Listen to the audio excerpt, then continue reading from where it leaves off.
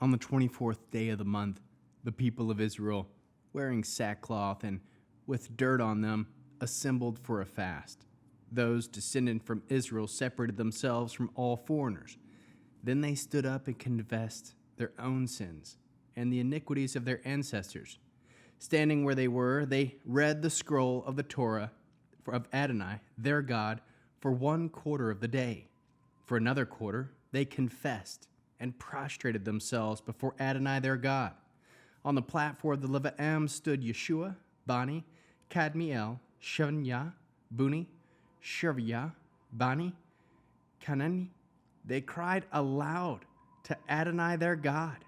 Then the Levaim, Yeshua, Kadmiel, Bani, Hashbaniah, Sherebiah, Hodiah, Shevaniah, and Pekiah said, "Stand up and bless Adonai your God from everlasting to everlasting." Let them say, "Blessed be your glorious name, exalted above all blessing and praise. You are Adonai, you alone. You made heaven, the heaven of heavens, with all their array, the earth and all the things that are in it, the seas and all that is in them, and you preserve them all. The army of heaven worships you. You are Adonai, the God who chose Abram, brought him out of Ur Kasdim, and gave him the name of Abraham. Finding that he was faithful to you, you made a covenant with him to give the land of the Canaanite, the Hittite, Emori, the Perizi, Yevusi, and the Girgashi, to give it to its descendants. And you have done what you promised, because you are just. You saw the distress of our ancestors in Egypt and heard their cry by the sea of Soph. You performed signs and wonders against Pharaoh, against all his servants and the people of the land, for you knew how arrogantly they treated them. You won yourself a name, which is yours to this day. You divided the sea ahead of them, so that they could pass through the sea on dry land. Then you hurled their pursuers into the depths, like a stone into turbulent waters. In a column of cloud you led them by day, and by night in a column of fire, so that they would have light ahead of them on the way that they were to go. You descended on Mount Sinai and spoke with them from heaven. You gave them right rulings and true teachings, good laws and mitzvot. You revealed to them your holy Shabbat and gave them mitzvot, laws, and Torah through Moshe, your servant. For their hunger you gave them bread from heaven. For their thirst you brought forth the water from the rock. You ordered them to enter and possess the land you had sworn with your hand to give them. But they and our ancestors were arrogant. They stiffened their necks and ignored your mitzvot. They refused to listen and paid no attention to the wonders you had done among them. No, they stiffened their necks and in their rebellion appointed a leader to return them to their slavery. But because you are a God of forgiveness, merciful, full of compassion, slow to grow angry, and full of grace, you did not abandon them, even when they cast themselves a metal calf, saying of it, "This is our God that brought you up from Egypt," and committing other gross provocations. Still, you, in your great compassion, did not abandon them in the desert. The column of cloud did not leave them by day, it kept leading them along the way. By night, the column of fire kept showing them light and the path to take. You also gave your good spirit to teach them, did not withhold manna from their mouths, and provided them water to quench their thirst. Yes, 40 years you sustained them in the desert. They lacked nothing. Their clothes did not wear out. Their feet did not swell up. You gave them kingdoms and peoples. You even gave them extra land, so that they took possession of the land of Sihon, also the land of the king of Heshbon, and the land of the Og, king of Bashan. You made their children as numerous as the countless stars in the sky. Then you brought them into the land about which you had said to their fathers that they should go in and take possession of it. So the children went in and possessed the land, as you subdued ahead of them the Canaani living in the land, and handed them over to them, along with their kings and the peoples of the land, for them to do as they wished. They took fortified cities and fertile land, possessed houses full of all kinds of good things, dug out cisterns, vineyards, olive groves, and fruit trees in plenty. So they ate their fill and grew robust, luxuriating in your great goodness. Yet they disobeyed and rebelled against you, throwing your Torah behind their backs. They killed your prophets for warning them that they should return to you and commit other gross provocations. So you handed them over to the power of their adversaries, who oppressed them. Yet in the time of their trouble, when they cried out to you, you heard from heaven, and in keeping with your great compassion, you gave them saviors to save them from the power of their adversaries. But as soon as they have gotten some relief, they went back to do the evil before you. So you left them in the power of their enemies, who came down hard on them. Yet when they returned and cried out to you, you heard from heaven many times and saved them, according to your compassion. You warned them in order to bring them back to your Torah. Yet they were arrogant. They paid no attention to your mitzvot, but sinned against your rulings, which, if a person does them, he will have life through them. However, they stubbornly turn their shoulders, stiffen their necks, and refuse to hear. Many years you extended them mercy and warned them by your Spirit through your prophets. Yet they would not listen.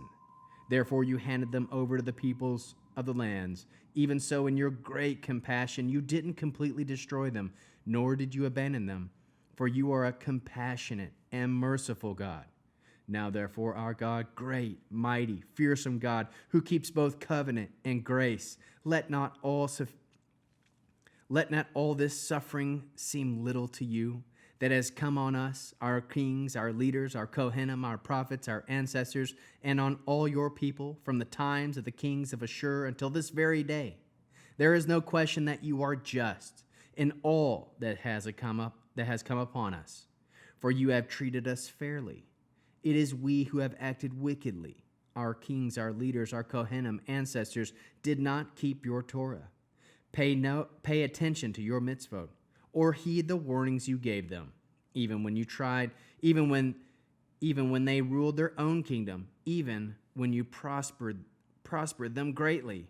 In the great rich land you gave them, they did not serve you, nor did they turn from their wicked deeds.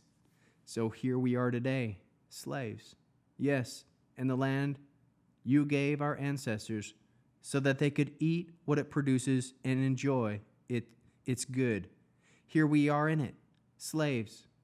Its rich yield now goes to the kings. You have set over us because of our sins. They have power over our bodies. They can do what they please to our livestock, and we are in great distress. In view of all this, we are making a binding covenant, putting it in writing and having it sealed by our leaders, our Levi'im and our Kohanim.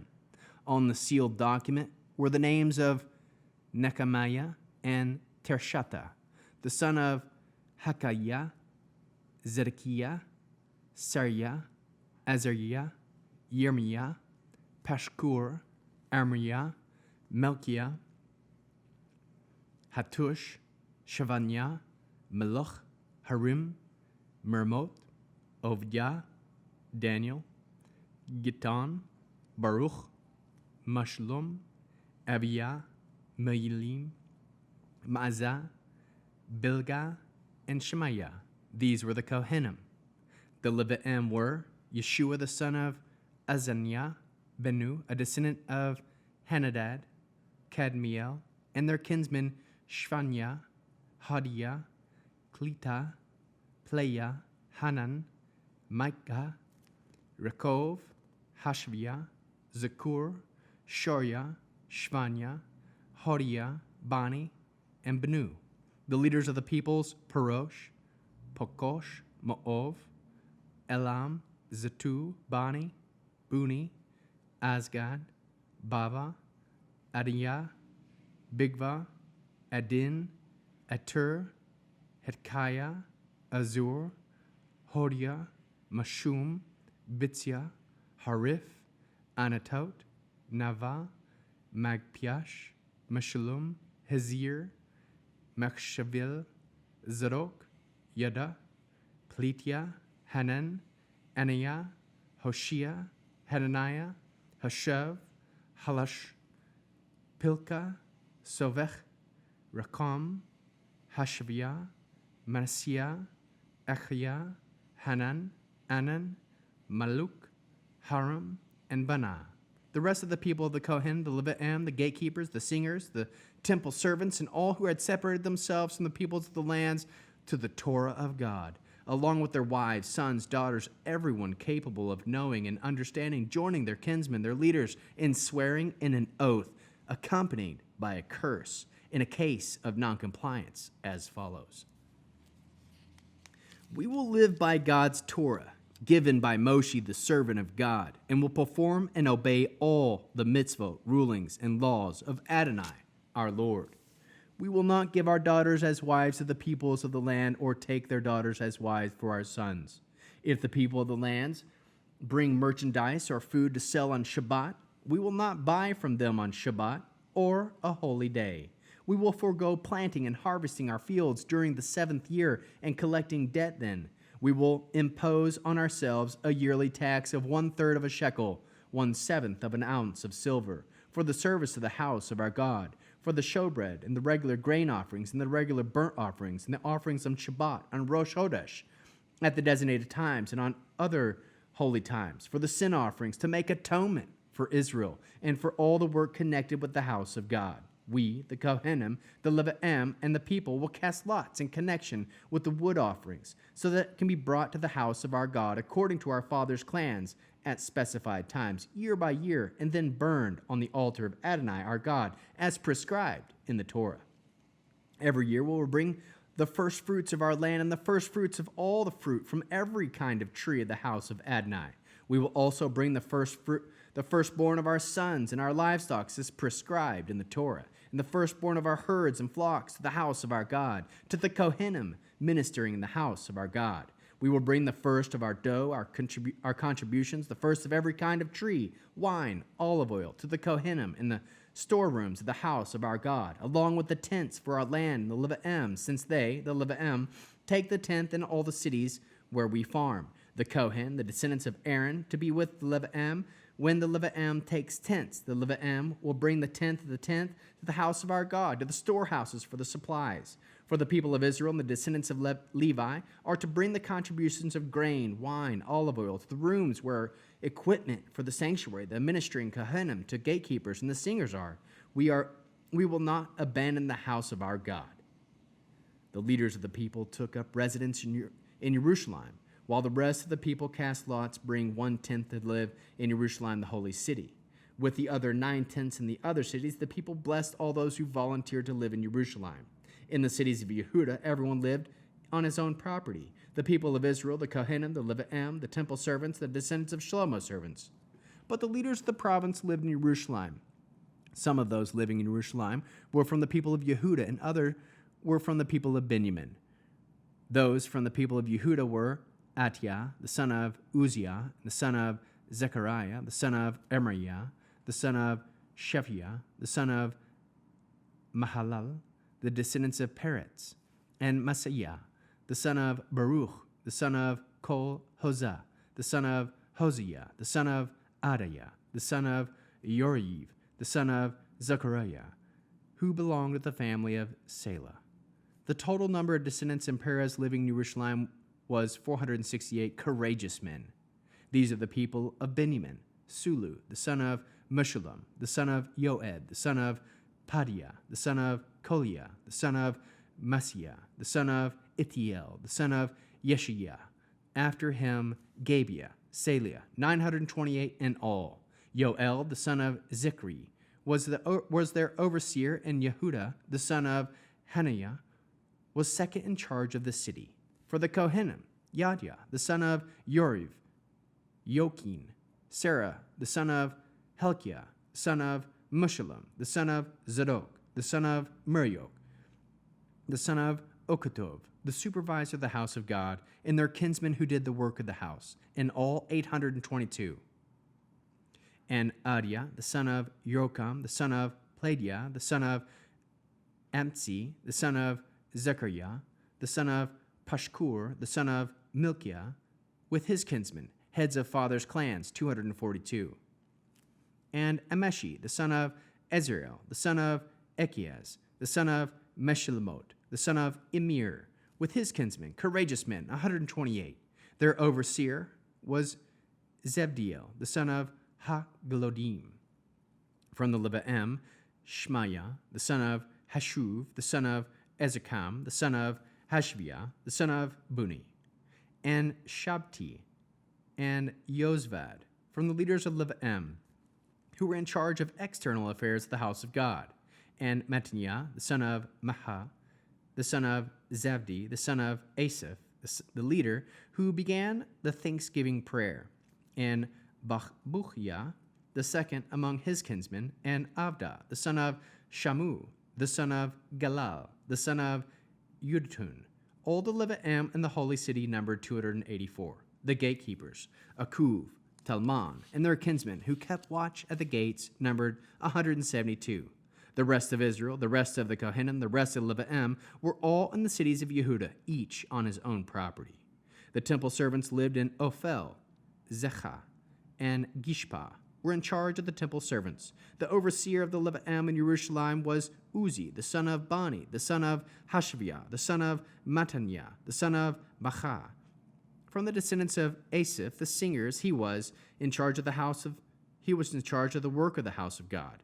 They were subject to the king's orders, and there was a fixed schedule for the singers, assigning them their daily duties. Parhia, the son of Mashavel, from the descendants of Zerach, the son of Yehuda, was the king's deputies in all affairs concerning the people. As for the villages and their surrounding fields, some of the people of Yehuda lived in Karat Arba and its villages, in Devon and its villages, in Yachzil and its villages, in Yeshua, in Mochda, and Biet Pelet, in Hetzar, Shual, and its villages, and Beersheba and its villages, Ziklag, and Mochna and its villages, in En Rimmon, in Zorah, in Yormat, Zanach, Abdulon, and their villages, in Lachish and its surrounding fields, and in Ezicha and its villages. Thus, they occupied the territory from Beersheba as far as Hinnon Valley. The people of Benjamin lived in Givah onward, and Michmas, Aya, and Biet El in its villages, and in Anatot, Nov, Ananiah, Hatzor, Ramah, Gittayim, Hadid, Zvorim, Nebalad, Lud, Ono, and Gi Harshim. Other Levaim, some divisions from Yehuda, settled in Benjamin.